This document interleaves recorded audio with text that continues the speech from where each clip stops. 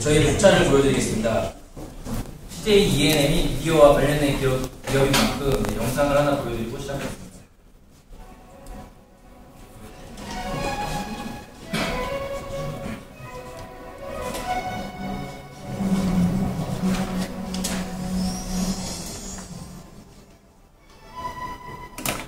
CJ 엔터테인먼트, 미디어, 뮤직, 퍼포밍 아트, 스마트 미디어, 게임즈, 영화, 방송, 음악, 공연, 스마트 미디어, 게임, 다양한 미디어 콘텐츠와 플랫폼 서비스가 하나. 문화 팬들을 리드하는 아시아 넘버원 종합 콘텐츠 기업 CJ EN. 아시아 팝 컬처의 세계화를 리드합니다. CJ 엔터테인먼트.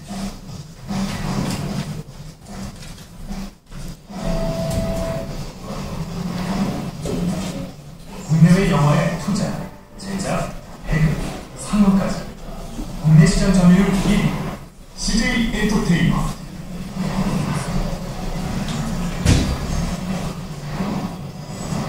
파라마운트, 드림웍스 외환의 공점 배급을 물론 할리우드 제작사와 공동 제작을 체결하고 아시아를 대표하는 영화 산업의 허브로 성장하고 있습니다.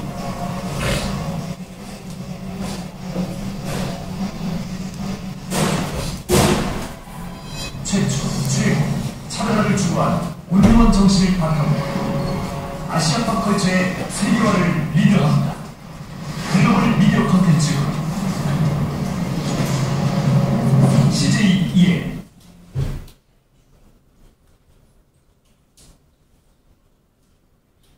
야구에는 30-30 클럽이 있고 축구에는 센츄리 클럽이 있습니다. 그렇다면 1억 클럽은 과연 무엇일까요? 바로 단일 극장의 한 해 관람객이 1억 명 이상을 돌파한 결과 바로 1억 클럽이라고 부릅니다. 그래서 바로 CGV가 1억 클럽인데요. 저희는 이 물음표에서 시작을 했습니다. CGV는 어떻게 1억 클럽이 되었을까? 우선 CJ ENM의 개요부터 간단히 살펴보겠습니다. CJ ENM은 방송, 게임, 영화, 음반, 공연 등 문화 전반의 사업 포트폴리오를 가지고 있습니다. 특히 영화 유통업에도 국내 1위의 지위를 차지하고 있고요. 따라서 저희는 여러 사업 중에 영화 사업에 특히 포커스를 맞추고 있습니다. CJ ENM은 영화의 기획, 투자, 그다음 제작, 배급, 그리고 상영 거의 모든 부분에 관여를 하고 있습니다. 투자 배급사들을 놓고 봤을 때도 롯데 엔터테인먼트를 제치고 1위를 차지하고 있고 상영 시장에서도 압도적인 비율로 1위를 차지하고 있습니다. 다음은 영화 산업 구조 분석 모형을 통해 간단히 알아봤는데요. 그럼 이제 본격적으로 CJ ENM의 수직적 통합 전략에 대해 살펴보겠습니다. 수직적 통합 전략이란 공급, 생산, 유통, 판매의 흐름을 한 기업이 통합하여 통제하는 것을 말합니다. 이를 영화 산업에 적용해 봤을 때 기획, 투자, 제작, 배급, 상영의 흐름을 통제하는 것이라고 볼 수 있습니다. 쉽게 비유를 하자면은 씨를 뿌리고 물과 비료를 줘서 꽃을 피우게 한 다음 열매를 수확하게 하는 것을 열매를 수확하는 과정이라고 할 수가 있습니다. 이러한 전 영역의 통합은 경쟁사인 롯데 엔터테인먼트나 미디어 플렉스 등 그런 경쟁사와 비교했을 때 CJ ENM이 유의를 합니다. 영화 산업은 아시다시피 고위험 고수익 산업입니다. 흥행에 성공하게 되면 엄청난 투자 수익을 얻을 수 있지만 흥행에 실패하게 되면 투자 원금 회수마저 불투명한 경우가 많기 때문입니다. 영화뿐만 아니라 하나의 완성된 문화 콘텐츠, 예를 들면 드라마, 방송, 영상, 게임, 스토리 등이 만들어지기까지는 여러 단계를 거치게 되는데요. 영화의 경우에는 더욱 복잡한 과정을 거치는데 우선 작가가 시나리오를 쓰고 감독이 그 시나리오를 바탕으로 배우를 캐스팅하면은 촬영과 편집을 하게 됩니다. 이제 이것을 상영관에서 상영을 하게 되고요. 이때 영화 산업의 특성상 작품의 제작 초기부터 매우 많은 투자가 필요하며 향후 단계별 그 투자는 계속 이루어지게 됩니다. 하지만 투자를 함에 있어 각각의 단계별로 위험이 존재합니다. 예를 들어 제작이 중단됐다든지 아니면 투자가 중단될 가능성이 또한 존재하기 때문에 매우 리스크가 높다고 할 수가 있습니다. CJ ENM은 영화가 기획되고 상영되기까지 여러 단계를 통합하여 리스크를 최소화하였습니다. 한편 2000년대 초반까지만 하더라도 경쟁사에 비해 배급하는 영화가 턱없이 부족하였습니다. 영화를 1년 동안 지속적으로 상영을 하려면 보통 25에서 30여 편의 영화가 필요하다고 합니다. CJ ENM은 2002년에 주식 공모를 통해 확보한 자금을 통해 약 200억 원 규모로 한국 영화에 대한 투자를 하게 되었고, 이와 동시에 직접 영화를 제작하고자 하는 후방 통합의 유인과 통제하는 그런 극장을 늘려가는 상방 통합의 유인이 강해졌기 때문에 수직적 통합을 시도하게 된 것입니다. 제작과 배급, 극장 간의 긴밀한 네트워크와 장기적인 투자, 양질의 콘텐츠의 지속적인 확보가 엔터테인먼트 산업에서 성공하는 데 핵심적인 요소입니다. 그래서 인수합병을 통한 수직적 통합으로 이 모든 분야를 내부화하는 것이 거래 비용과 조정 비용을 줄이고 안정적으로 콘텐츠를 확보하는 중요한 열쇠가 되는 것입니다.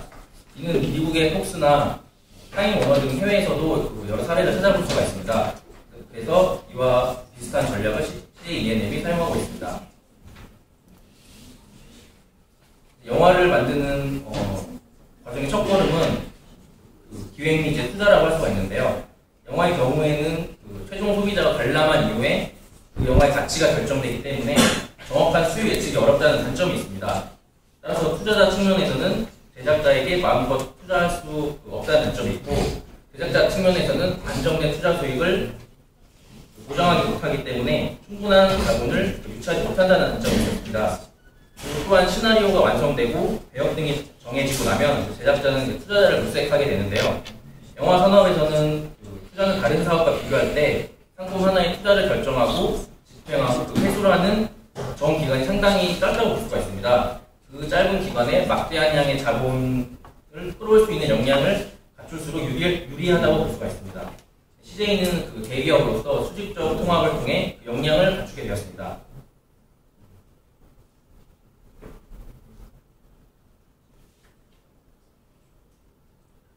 수직적 통합 구조로 인해서 제작에서도 규모의 경제가 가능하게 되었는데요.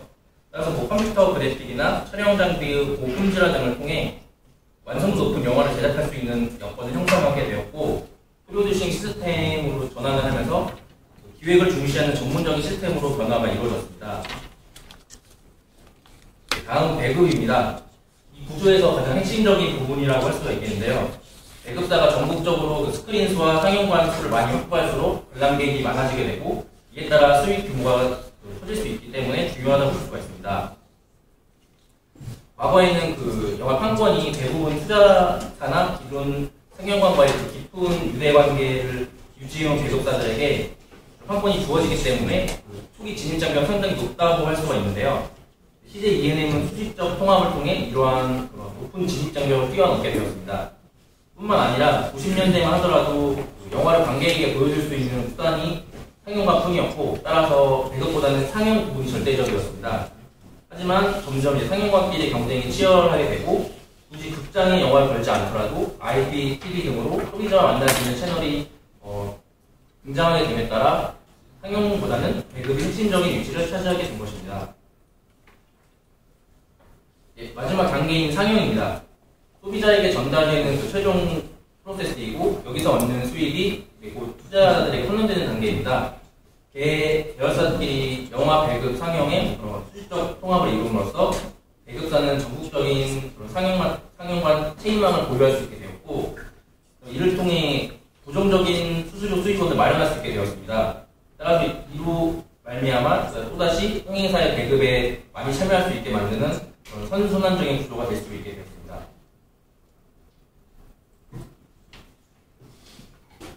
CGV는 1998년에 첫 개관을 하여 대성공을 이루게 됩니다. 그런데 ENM과 CGV는 엄밀히 말하면 다른 기업입니다. 주식시장에 상장도 각각 되어 있고요. 근데 CGV는 ENM의 전신인 CJ 엔터테인먼트에 소속되어 있었는데, 그 외형이 점점 커지게 되어서 2004년 말에는 따로 성장하게 되었던 것입니다. 경영 전략 중에 따로 똑같이라는 것을 적용해 볼 수 있겠는데요. 회사는 다르지만은 영화 사업 구조 측면에서는 E&M과 CGV는 긴밀하게 연결되어 있습니다. E&M은 투자, 제작, 배급에 초점을 맞추고 있고 CGV는 상영에 초점을 맞추고 있는 것입니다.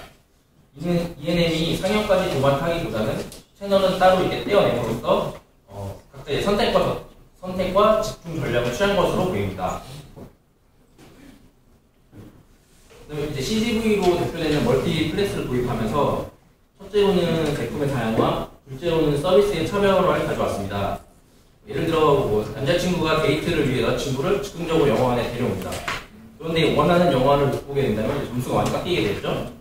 하지만 멀티플렉스는 플랜 B, 즉 차선책의 폭을 넓혀줌으로써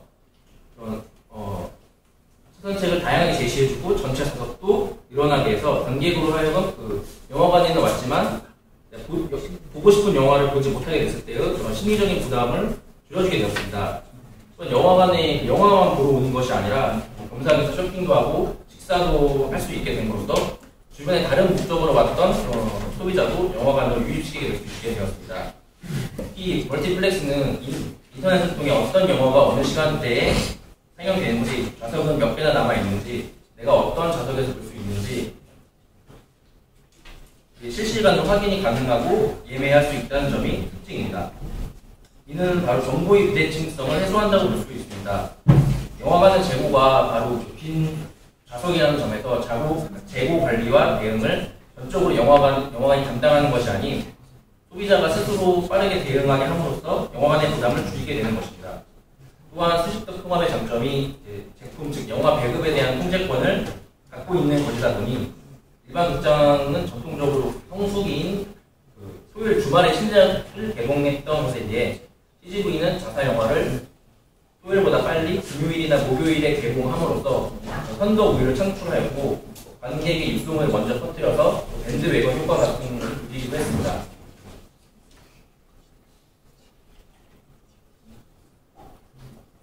멀티플렉스를 도입함으로써 스크린의 수가 향상되게 되었고 1인당 관람 수도 점차 상승하게 되었습니다. 마지막으로 앞으로 나아갈 방향에 대해서 알아보겠습니다. 우리나라 영화 산업 시장은 점점 포화 수준에 가까워지고 있습니다. 전반적으로 수익률 증가폭도 둔화되고 있지만은 경쟁은 더욱 치열해지고 있습니다. 따라서 새로운 블루오션을 개척하는 것이 필요합니다. 멀티플렉스는 전 세계적으로 일반화되고 있는 추세입니다. 2000년대 중반부터 중국 진출에 심혈을 기울이고 있지만 한류 열풍을 바탕으로 다양한 국가로 해외 진출을 시도해야 합니다. 그리고 현재 멀티플렉스는 극장업자들의 수익 창출의 도구일 뿐 관객의 문화적 수준을 따라잡지 못하고 있습니다. 소수익 본이 되는 블록버스터 영화들이 오랜 상영 기간을 갖는 것에 대해서 이제 미루어 갈 수 있는데요. 멀티플렉스가 장기적으로 발전하기 위해서는 관객들의 다양한 수요를 반영하는 영화관이 되어야 합니다. 즉 기존 영화들이 어떻게 배급되고 상영되는가에만 혈안이 되어 있는 것을 벗어나 다양한 형태의 콘텐츠가 배급되는가에 따라 수익 구조는 물론 멀티플렉스가 나아갈 방향이 달라질 것이라 예상합니다. 이제 마지막으로는 이제 수익 배분 문제입니다. 벌어들인 수익을 각 가치사들 단계 배분을 하게 되는 과정에서 어느 한쪽으로 쏠리지 않게 최적화된 비율을 찾는 것이 매우 어렵습니다.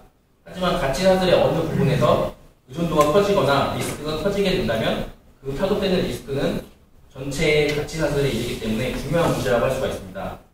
이를 해결할 수 있는 방안으로는 다양한 수익원 창출을 줄 수가 있는데요.